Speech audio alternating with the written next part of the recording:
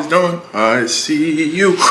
Welcome back to the channel, and welcome back to DONNYLAND. Today, we're back with the reaction. Survivor Series is tomorrow, so why not throw some WWE stuff out there? We're going to be reacting to a video from WrestleMafia. Shout out to WrestleMafia. We're going to be reacting to the weirdest year in WWE history. WWE has a long history, about 150,000 years. Weirdest years, it could be year 1, it could be year 20. But I think today we're talking about 2011, 2010-ish. I don't know. On my screen, I'm staring at the anonymous Raw general manager. Ding, ding. What a time. What a time. That was like peak Super Cena, peak PG era. Oh man, this video should be interesting. Let's see what he got to say. A year that saw the WrestleMania main event end in a countout, when Raw would regularly be interrupted by this.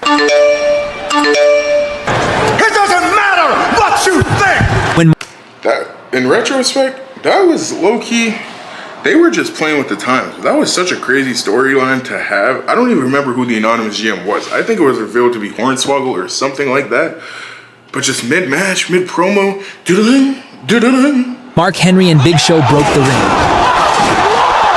When Rey Mysterio became WWE champion, just to get wrecked by Super Cena on the same night. When R-Truth started talking to his imaginary friend. When everyone Lil Jimmy was a goat. Found out that Kevin Nash was still somehow alive. And we also got whatever the hell this was. Bruh. I've been a wrestling fan for almost 30 years, and I can tell you without a shadow of doubt that 2011 was the weirdest, most bipolar, and most schizophrenic year in WWE history. You'd have a So there are a lot of words, huh? banger like Triple H versus Undertaker, and the next moment, Snooki was doing cartwheels in the ring. You'd have Edge's retirement making you all emotional, and the next moment, Michael Cole was trying to get Jerry Lawler to lick his feet. On one hand, you had CM Punk delivering the pipe bomb, but then you'd turn around and have Kevin Nash trying not to blow out his quads on Raw. And these are just some of the wild antics WWE was throwing at us in 2011. It felt like the company couldn't decide if it wanted to be Game of Thrones, Breaking Bad, or The Truman Show.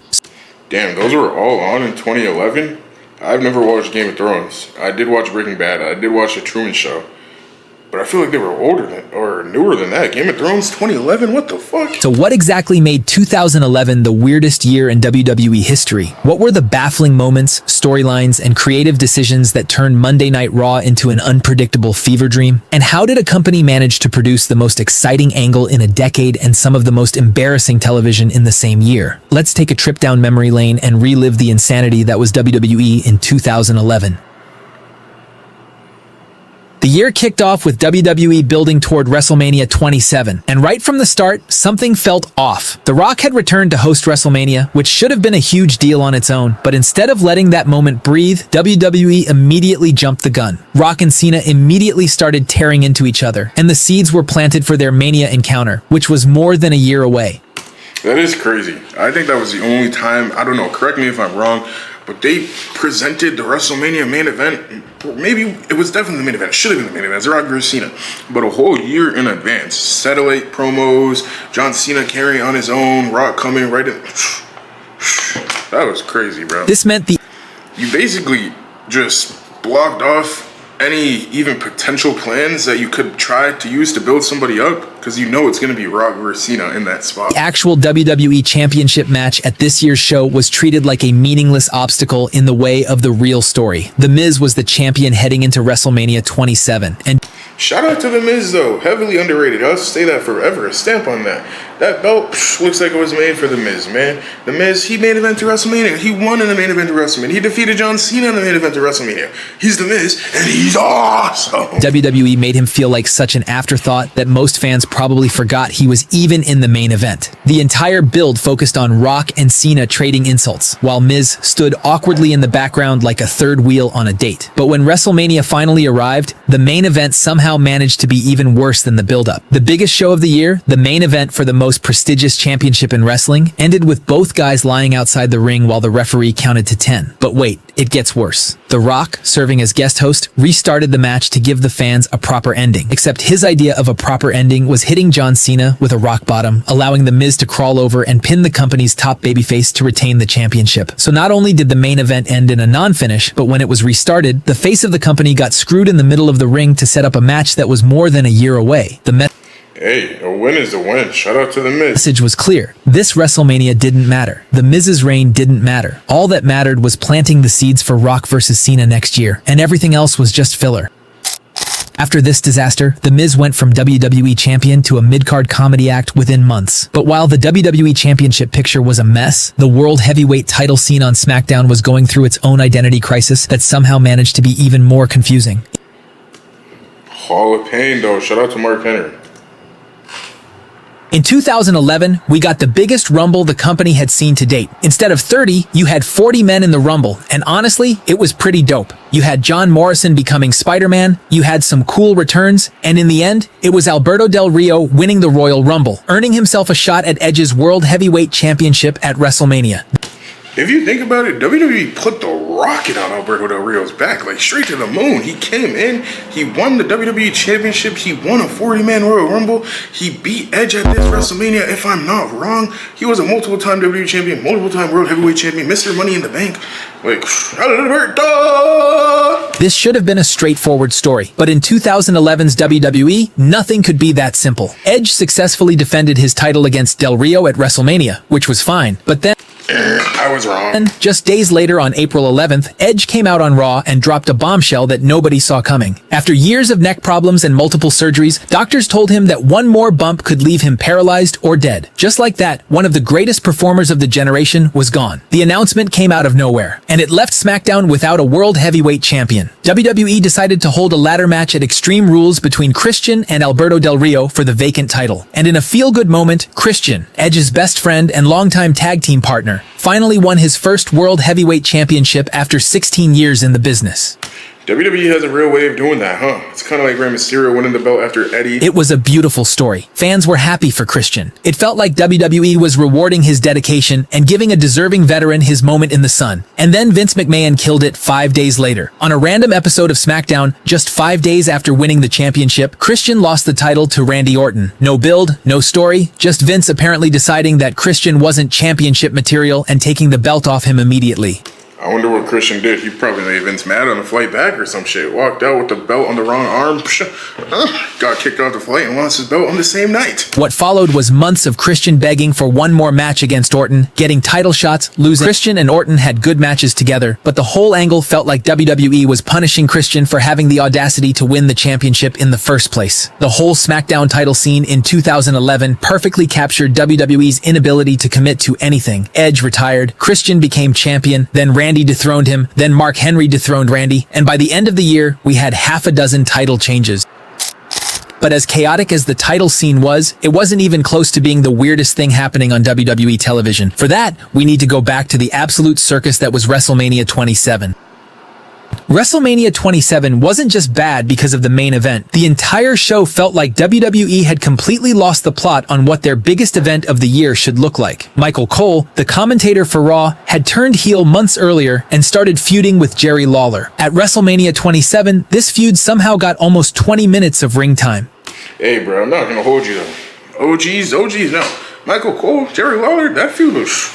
Maybe it's because I was a kid, but I was heavily invested into this. We hated Michael Cole. We did not fuck with Michael Cole. But we kind of did fuck with Michael Cole. Daniel Bryan versus Sheamus for the United States Championship got cut from the main show entirely and relegated to the pre-show because WWE needed time for Cole versus Lawler. Stone Cold Steve Austin was the special guest referee, which should have made it fun, but instead it was just painful to watch. Two commentators took up a quarter of an hour on WrestleMania, while actual talented performers either got bumped to the pre-show or didn't make the card at all. But the feud didn't end there. At Extreme Rules and Over the Limit, Cole and Lawler continued their rivalry with more bizarre stipulations and more mind-numbing matches. But somehow, this wasn't even the most bizarre part. Snooki from Jersey Shore, a reality TV star who had never trained as a wrestler, got a prominent spot on the WrestleMania card. She teamed with John Morrison and Trish Stratus against Dolph Ziggler and Lay Cool. And not only was she on the show, but she got the winning pin. WrestleMania 20... Alright, but WWE's always bringing celebrities in, bro. Bad Bunny, Definitely. Let's think back. Who were celebrities that WWE brought in? They used to have special guest hosts on Raw like every week during this time or years prior. I remember the dude from Spin the Wheel, the promo he had with Chris Jericho. Like, come on. 27, which was dubbed as the biggest WrestleMania of all time, ended up being an absolute clown show with just 2 good matches. The anonymous Raw general manager was still a thing too, with a laptop that would ding and send emails to Michael Cole. That was until the latter half of 2011, when this buffoon took over as Raw GM. Over on SmackDown, Cody Rhodes broke his nose and became undashing. Kane and Big Show were goofing around. You had a fake Obama show up at Capitol Punishment. Sin Cara kept botching his entrance. And between Cole's glass cube, a laptop running the show, and Hornswoggle dancing with the Great Khali, early 2011 felt like WWE had become a full-blown cartoon show. But then, something happened that changed everything. In June 2011, a disgruntled wrestler sat down cross-legged at the top of a ramp and delivered a promo that would make everyone forget about Michael Cole's glass cube and remember why they loved wrestling in the first place. On June 20th, 2011, CM Punk sat down cross-legged at the top of the entrance ramp and delivered what would become known as the Pipe Bomb, an unfiltered rant that felt more real than anything WWE had done in over a decade. He called out Vince McMahon. He buried Triple H's politics. He mocked John Cena's merch machine. He name-dropped Ring of Honor and New Japan Pro Wrestling. He mentioned Colt Cabana, and he revealed that his contract was expiring on July 17th at Money in the Bank, and he was planning to leave WWE with the championship. For the first time in years, wrestling felt unpredictable again. Was this a work? Was it a shoot? Was Punk actually leaving? Shit, I still don't know. Someone let me know. Internet exploded with speculations, and fans couldn't look away. Money in the Bank in Chicago became one of the hottest tickets in wrestling history. Punk challenged John Cena for the WWE Championship in his hometown, and the atmosphere was electric. When Punk hit the GTS and pinned Cena in the middle of the ring, the building exploded. He grabbed the championship, blew a kiss to Vince McMahon at ringside, and left through the crowd like a folk hero escaping with stolen treasure. It was perfect. Absolutely perfect. Punk had the belt, his contract had expired, and he was free. WWE had created a storyline that existed both inside and outside their bubble, and fans were completely invested in where it would go next. But then, the company panicked and ruined everything. Instead of letting Punk stay gone for months and build the mystique, WWE brought him back after just 8 days. Instead of letting the story... Damn, I didn't even know it was that quick. I did think it was a few months. I really thought it was a few months. He came back with a new song though, called A Personality. Breathe and keeping fans guessing, they immediately shot themselves in the foot and made Rey Mysterio look like a clown in the process. At SummerSlam, Punk beat Cena to unify the championships, which should have been the ultimate triumph. Except immediately after winning, Kevin Nash, who hadn't been relevant in years, ran in and attacked Punk for no clear reason. Then Alberto Del Rio cashed in his briefcase and won the title, ending Punk's reign after less than a month. The summer of Punk that should have been a career-defining run became a confusing mess involving Kevin Nash texting himself, Triple H putting on a suit, and Punk getting lost in a corporate conspiracy storyline that nobody understood or cared about. By Night of Champions, instead of being WWE champion and leading a revolution, CM Punk was losing clean to Triple H. But while WWE was busy killing CM Punk's momentum, they were also stumbling into another weird situation that somehow captured both the insanity and entertainment value of 2011. 2011 gave us one of the most bizarre and weirdly entertaining pairings of all time. After losing a #1 contender match, R-Truth snapped, turned heel, and started smoking at ringside and ranting about conspiracy theories. He was Travis Scott before Travis Scott. Truth started talking to an imaginary friend named Little Jimmy, accused the audience of plotting against him, and poured drinks on fans in the front row. He wore Confederate soldier hats, spoke in paranoid rants, and acted like a man who had completely lost his mind. It was absurd. It made no sense. But somehow Truth committed so hard to the character that it actually worked. However, Truth wasn't the only person in WWE who was a victim of conspiracy. The Miz, who played a supporting role in his own Mania main event, joined forces with Truth, and the two became obsessed with the idea that there was a massive conspiracy keeping them out of the main event. They started attacking Triple H, they caused walkouts, invaded pay-per-views, and generally made life hell for WWE's corporate structure. At Vengeance in October, Triple H booked himself in a tag team match against Awesome Truth. His partner was none other than CM Punk, the same guy who 3 months earlier had been the rebellious anti-hero fighting against everything Triple H represented. Now Punk was partnering with the boss to fight guys complaining about not getting opportunities. It was bipolar booking at its finest. The year ended with CM Punk finally winning the WWE Championship at Survivor Series and beginning what would become a historic reign. Daniel Bryan cashed in Money in the Bank to win the World Heavyweight Championship at TLC. Triple H and Kevin Nash ran it. I be forgetting about that Daniel Bryan reign. I'm not gonna hold you. Shit. I made a video recently, and I was like, yeah, Daniel Bryan finally got his first WWE Championship win. I think it was when I did the Survivor Series 2013 re-react. That reign was forgettable, I'm not going to hold you. Then he lost it in like, what, 13 seconds of Sheamus at WrestleMania? Whew. Back like it was 1995, Kane returned with a new mask. Cena and Rock I thought that was badass though when Kane returned with that new mask. teamed up at Survivor Series, and the Great Khali was somehow still employed. But while WWE in 2011 was weird, it was at least still entertaining, unlike WWE in 2025 that feels completely soulless and spineless. And if you want to know why 2025 is the year WWE lost its balls, check out this video next. Check out this video next, which is on our screen. Should we watch it? Should we watch it? I don't know. But 2011 WWE, it was some shit. It was some ups, it was some downs. I think R-Truth should have been a champion that year. Him and Miz should have at least been tag team champions. I remember that vividly. Didn't they have a match against The Rock and Cena too? Like, they were at the top of the world. Little Jimmy was over. Like, R-Truth is one of those characters. It's just a consistent character. Quite literally, consistency. Consistency. Give him something, he'll make it work. Even if he has to shave his head. 2025 WWE, like he said. But let me know. Was 2011 the strangest year in WWE history? Are there more strange years? Should we find another strange year? Should we break it down? Let me know. But until then, I got 2 words for you. See ya. See you later. Wouldn't want to be ya. You know what to do. Like, comment, subscribe. Bang, bang, bang, bang. Trifecta. If you're still here, thank you for tapping, and I appreciate it. I really, really do. My name is Don. I see you.